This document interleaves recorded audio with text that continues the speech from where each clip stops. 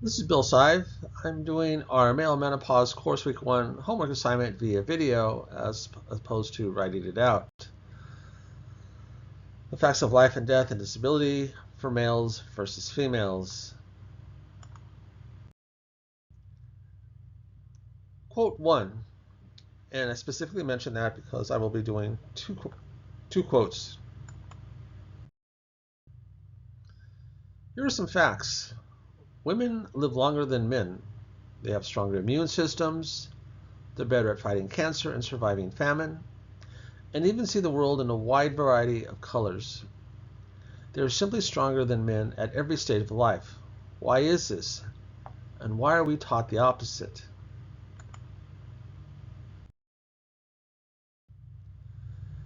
To illustrate this point, we'll be doing a comparison of over the period of life between men and women. This video presentation is looking at traditional male and female roles. It will not be addressing the roles of transgender men or transgender women or the transgender community.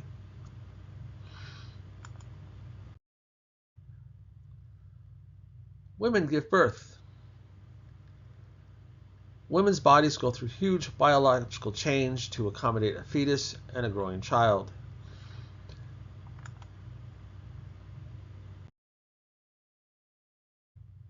In contrast, men's bodies do not go through any type of biological change at all for any specific reason. They're specifically just not designed to accommodate any of those changes that a woman encounters during those particular times in her life.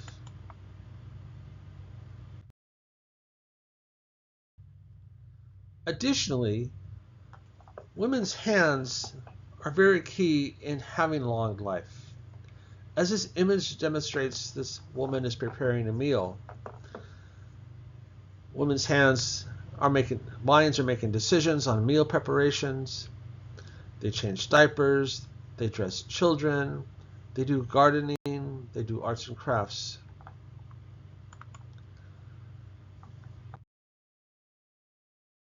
Simultaneously, men can do all of the above, but men's hands traditionally, if we're looking at blue-collar workers, are rough.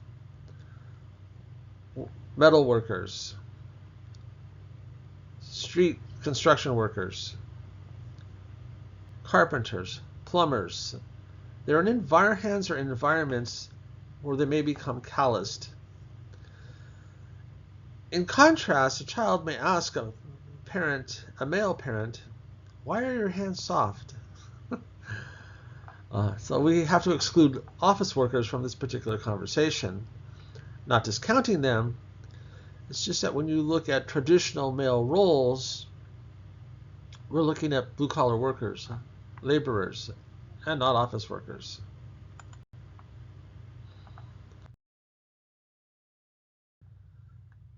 One reason women live longer is because they seek medical aid sooner rather than later.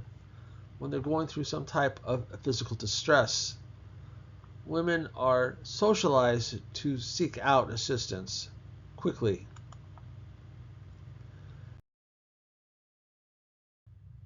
Men, in contrast, will seek medical assistance later in life, after they've experienced some type of medical distress or physical distress over a period of time.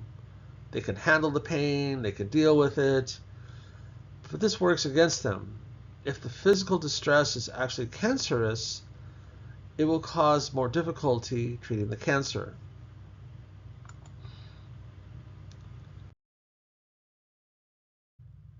Additionally, women are mentally engaged and create for themselves many opportunities to be mentally engaged, looking to things socially, not to do things alone. That is not to say that some women are alone and are not mentally engaged with a huge network. Some women are not. But predominantly, women are engaged.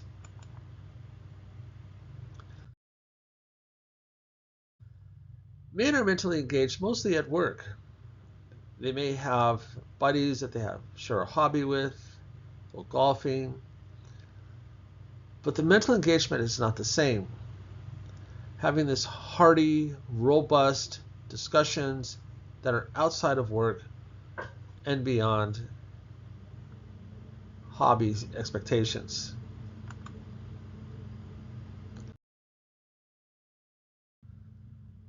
Additionally, women raise children. So this goes back to mental engagement because a woman understands that she needs to be a parent and simultaneously may need to be a child, going on the floor, creating crafts, reading stories. Women, through their upbringing, are engaged in flow, a creative process.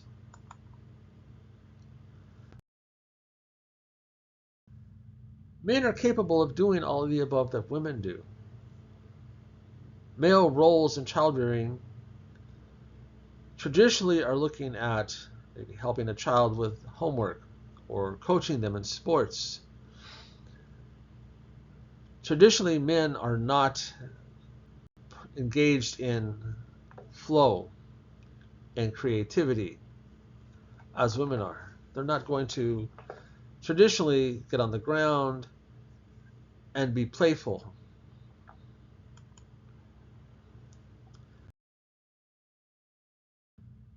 Women have strong social networks.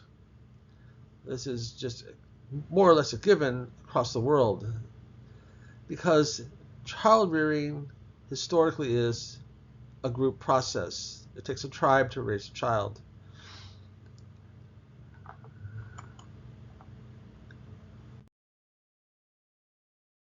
Additionally, men have social networks, but their social workers are very unique. Some of their social networks are focused around jobs. Men are fortunate if they have a social worker, a social network that is beyond their wives, friends, husbands. If they have a social network that is part of their faith institution or some other institution where they can be socially engaged and experience community.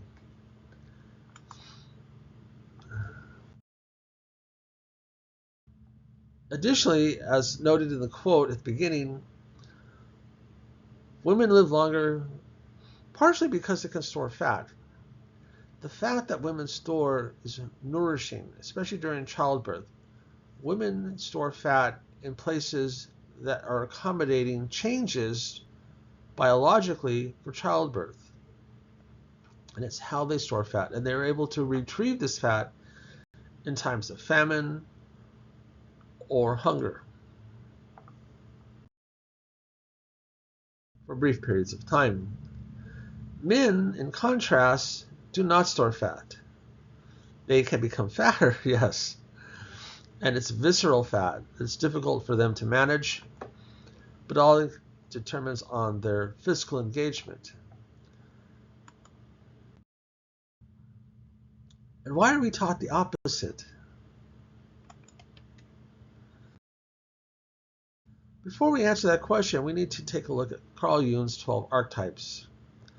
When Carl Jung presented these archetypes, he presented them as universal around the world, that all cultures have these archetypes within them. In the American culture, the predominant archetype over and over again is the cowboy archetype. A man alone on the American frontier, connected to nature. He's courageous. He's loyal. He's a rugged individual who is self-reliant and stoic. But being a single person on the frontier, is it truly being courageous or is he being a risk taker? And where is the safety in that? Self-reliance is a good trait to have, but some tasks require community. Whether it's a community of 2 or 3 or 4, it's very difficult to do things 100% on your own. Stoicism in the mind is a great philosophy. It provides guiding words and introspection.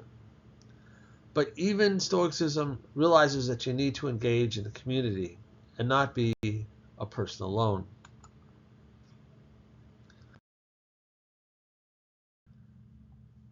Men are thought to be the oak tree, to be firm and strong and have a big presence.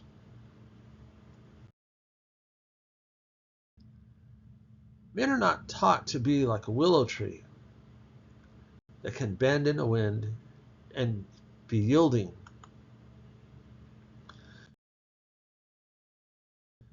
In the wisdom of trees, the Tai Ching illustrates this through the 76th verse that at birth all people are soft and yielding. At death they are hard and stiff. Life plants are tender and yielding. At death they are brittle and dry. When hard and rigid, we consort with death. When soft and yielding, we are followers of life. The Tai Ching is not to be taken literally for what it says. It's more as a guidance to a situation. How can we learn from it? The greatest thing that the Tai Ching gives us is to question our situation. Does our situation lend itself to this? And this illustration between an oak tree and a willow tree being soft and yielding, during a storm, an oak tree can be knocked over, but the willow tree bends. Same thing with your mind.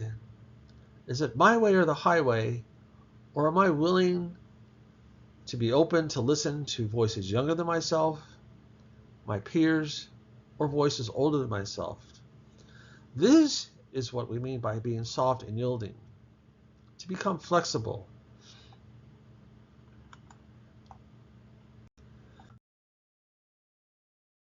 Additionally, the wisdom of trees explains to us that willow trees show us the way to survive in turbulent times, to stand tall, but be willing to bend so as not to break with the winds of change, to trust your own strength and resilience. Plants provide many lessons for us. Plants do this by silent example. It's up to us to learn the wisdom of the trees, the plants, and animals that are around us. Quote 2. Male vulnerability is our superpower. It is the key to accepting who we are, the opening to our mental and emotional health, and the true gift we must share with our families, friends, and communities.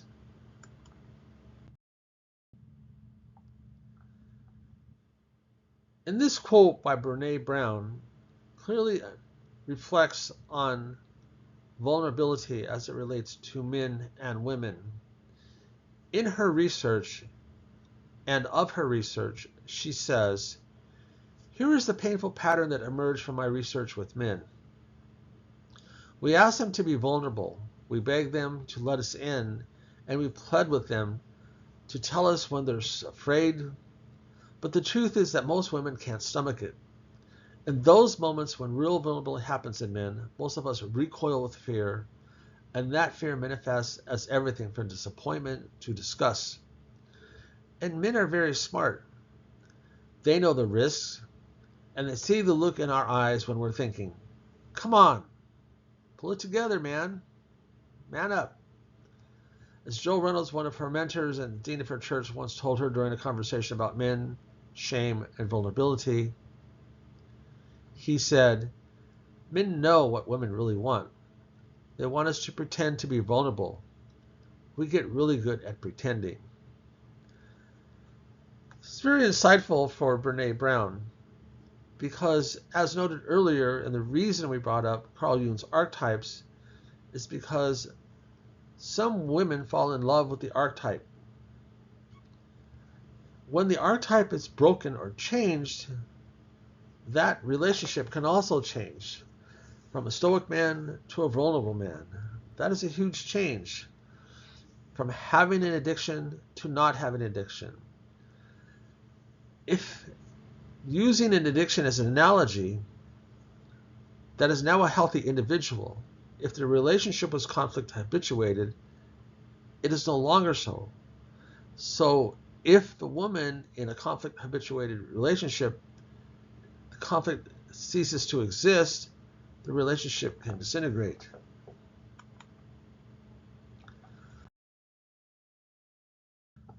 These roles that are put upon us in Western culture come with great expectations. These expectations can generate generational trauma and stigma around mental health. These rigid roles of patriarchy, they are detrimental to the mental health of men in our country.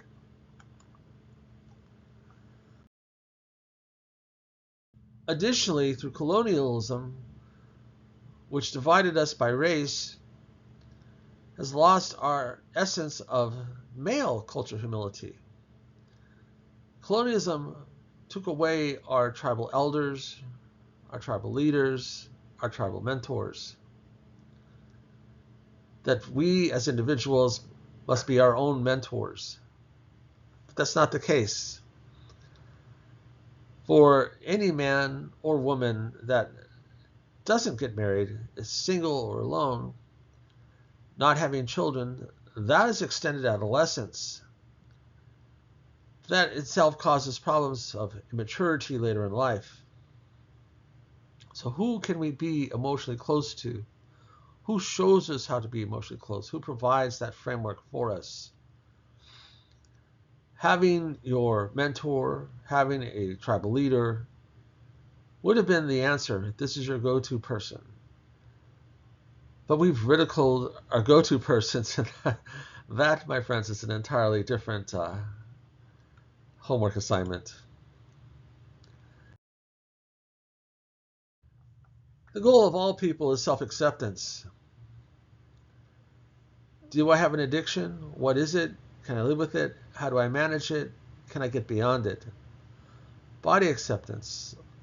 It's like 0.5% of males or females are bodybuilders or look like bodybuilders or have that body type that models have. We are more robust in body and in spirit than presented in the media. The media focuses on such a small number, but yet we are bombarded by it and we are sold into that. Additionally, as individuals, we need to reflect on our life. Was it meaningful? Did it have purpose? Or did I spend much of my life numbing myself to what was around me? This is the journey that many individuals take. This journey also often includes non-reflection. Am I relevant versus do I have reverence to my past? Do I respect my elders and the words that I learned from them?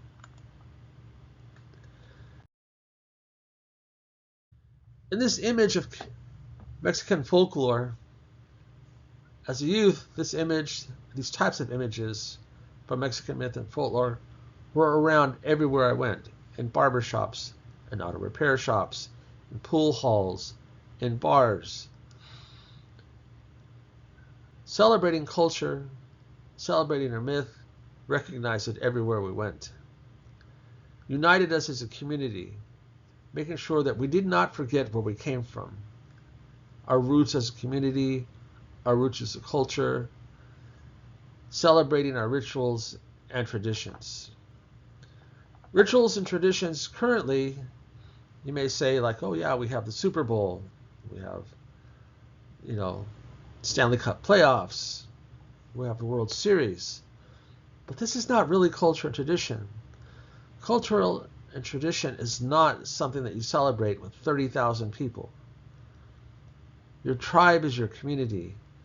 Who lives on the street that you live in? Are you friends with them? Can you rely on them? And vice versa. We no longer sit around the campfire listening to our tribal elder, sharing with one another, being close in community. It is encouraged that we get to some point of this and discard technology. You cannot have a community via technology. And this brings us to full circle. And there are naturally occurring circles on planet Earth, as well as the fact that the Earth is spherical shape. Because we look at the universe, we look at the energy that it creates, and we look at it as infinity by looking upon ourselves and the limitless potential that we have or that we stifle within ourselves. If we look at limitless possibilities, we can live longer lives. We can be more purposeful and have more meaning. However, our life has many biases, structural biases, institutional biases that prevent us from reaching our potential. So by going beyond this and learning about this and moving beyond it, we can live fuller lives, richer lives with ourselves and with our community. Thank you.